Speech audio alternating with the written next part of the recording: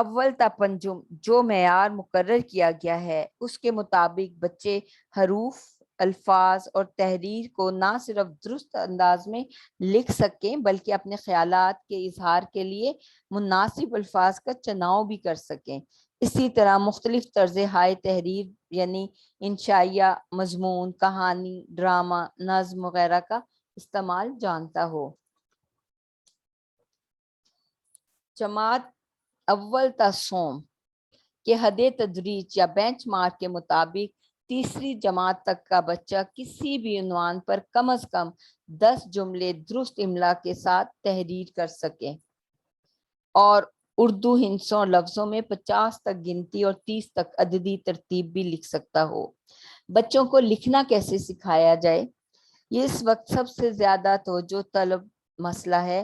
انشاءاللہ یکساں قومی نصاب کے بعد ہم سیشن شروع کریں گے جس میں بچوں کو ترتیب سے لکھنے کے طریقے سکھائے جائیں گے، اسی طرح درست تلفظ سے پڑھنے کی بھی بات کی جائے گی۔ اب ہم آتے ہیں جماعت چہارم اور پنجم سے کے پڑھنے سے متعلق حد تدریج میں۔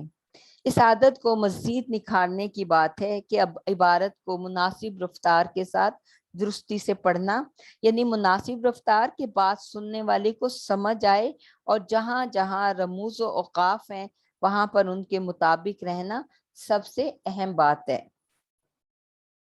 اس کے ساتھ ساتھ جدید ٹیکنالوجی کا استعمال اور اس کے ذریعے کسی بھی نظم و نثر کو فہم یعنی سمجھ کر پڑھنا۔ اس کے ذریعے حاصلات تعلم یعنی SLOs کو حاصل کرنا ہے۔ اس میں 1 منٹ میں کم از کم 80 الفاظ درست پڑھ سکتا ہو بچہ۔ اب اساتذہ کو ان کے لیے سرگرمیاں تیار کرنی ہوں گی کہ یہ عملی کام کس ترتیب سے کیا جائے کہ جماعت چہارم میں پہنچتے پہنچتے بچے اس درجے پر پہنچیں کہ ان کے لیے ٹیکنالوجی کا استعمال کیسے کیا جا سکتا ہے۔ اس میں ہم دیکھتے ہیں کہ ہم اساتذہ کرام اب یوں بھی کر سکتے ہیں کہ طلبہ اپنی آواز ریکارڈ کریں اور خود دیکھیں کہ انہوں نے کہاں تلفظ کی غلطی کی ہے، کہاں اٹک گیا ہے۔ اسی طرح عملی کام بچے کے لیے دلچسپی کا سامان بنتا ہے کہ وہ خود اپنا محاسبہ کرے اور غلطیوں کی اصلاح کرے، یا وہ سمعی ریکارڈنگ یعنی اپنے دوستوں کو بھیج کر اصلاح لے سکتا ہے یا اپنے استاد کو بھیج سکتا ہے۔ اسی طرح نظم و نثر پڑھ کر سوالات کے جواب دے سکے، معلومات عامہ اور فطری موضوعات پر مبنی تحریریں پڑھیں کہ وہ اپنے دوستوں کے ساتھ شیئر بھی کر سکتے ہیں اور ان پر ایک دوسرے سے سوالات بھی کر سکتے ہیں۔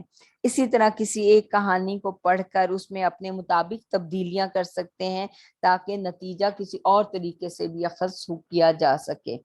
اسی طرح ٹیکنالوجی کا استعمال کرتے ہوئے کسی فطری منظر کو موبائل میں محفوظ کر کے اس کے بارے میں بھی اپنی رائے قائم کر سکتے ہیں۔ بچے ایک دوسرے کی بنائی ہوئی تصاویر پر اظہار خیال کر سکتے ہیں۔ ٹی وی سے سرخیاں پڑھیں اور جماعت پنجم تک مختلف رسائل اور اخباروں سے خبریں پڑھیں، اپنی کاپی پر چسپاں کریں۔ اسی طرح کوئی تفصیلی خبر پڑھ کر اپنے الفاظ میں مختصر بیان کر سکتے ہیں۔ اب لکھائی میں جماعت چہارم اور پنجم کے نصاب پر نظر ڈالیں تو حد تدریج ہمیں بتاتا ہے کہ بچے ربط و تسلسل کے ساتھ مضمون، درخواست، خط، روز نامچہ یعنی ڈائری لکھنا جسے ہم کہتے ہیں، کہانی اور مکالمہ، خوش خط اور املا کی غلطیوں سے پاک لکھ سکیں۔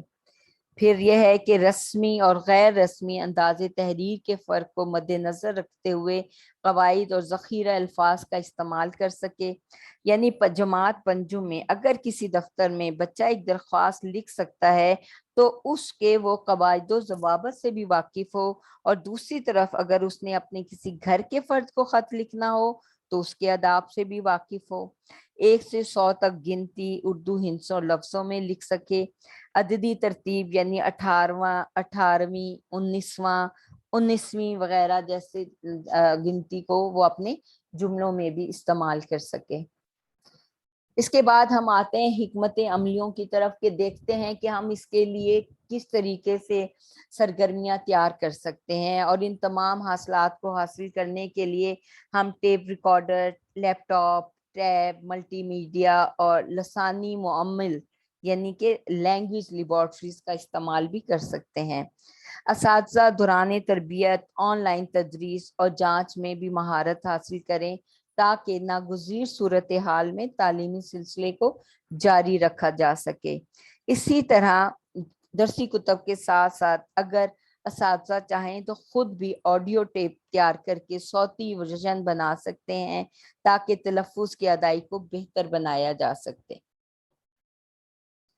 اب ہم دیکھتے ہیں کچھ سرگرمیاں، جس میں ایک سرگرمی آتی ہے گروہی کام یعنی گروپ ورک میں، جس میں 4 یا 5 طلبہ کا گروپ آپس میں گفت و شنید کر کے ایک دوسرے کے خیالات سن کر مشترکہ طور پر کام کر سکتے ہیں، جس کا فائدہ یہ ہوتا ہے کہ آپس میں گفت و شنید سے لسانی پیش رفت میں مدد ملتی ہے۔ ایک دوسرے کے نظریات کا احترام، اپنا خیال پیش کرنا، اپنی باری کا انتظار، دوسروں کو بولنے کا موقع دینا جیسی صلاحیتوں کو جلا ملتی ہے۔ تصویری خاکہ یعنی پکٹوریل السٹریشن، مختلف تصاویر دے کر تصویر کی منظر کشی کروائی جا سکتی ہے، کہانی کے واقعات کی ترتیب سکھائی جا سکتی ہے، شراکت میں لکھائی، یہ بھی گروہی کام بھی ہو سکتا ہے اور ساری جماعت کا بھی۔ کوئی بھی عنوان دے کر سب مل کر اس عنوان پر بحث کرتے ہیں اور نکات جمع کر کے انہیں ترتیب دے کر کہانی یا مضمون جو بھی استاد سکھانا چاہیں سکھائیں۔ آخر میں سب مل کر ان نکات کو دیکھیں کہ اور پڑھیں کہ کہاں کہاں غلطیاں ہوئی ہیں اور نشاندہی کریں۔ بچوں سے لکھوا کر دوبارہ پڑھنے کو کہا جائے اور پڑھنے کے دوران تمام املا یا قواعد کی غلطیوں کی نشاندہی کی جائے اور تحریر کو درست شکل دی جائے۔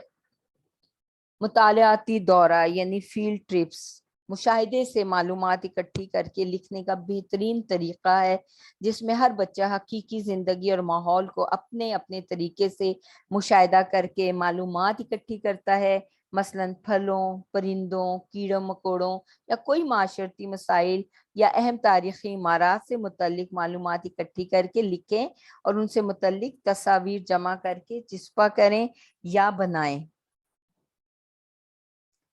مساحت یعنی سروے، بچوں کے ساتھ مل کر کسی موضوع پر حقائق اکٹھے کرنے کے لیے سوال نامہ بنا کر طلبہ کو مختلف لوگوں سے سروے کے ذریعے مکمل کروایا جا سکتا ہے۔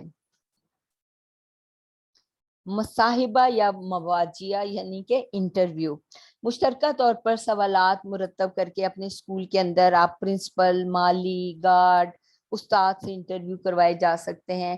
اس مشق کے بعد بچے اسکول سے باہر اپنے خاندان کے اہم لوگوں سے بھی انٹرویو کر سکتے ہیں۔ کردار کاری اور تمثیل کاری یعنی کہ رول پلے یا ڈرامہ، بچے گروہوں میں اپنی پسند کے موضوع کا انتخاب کر کے مکالمات لکھیں اور عملی طور پر پیش کریں۔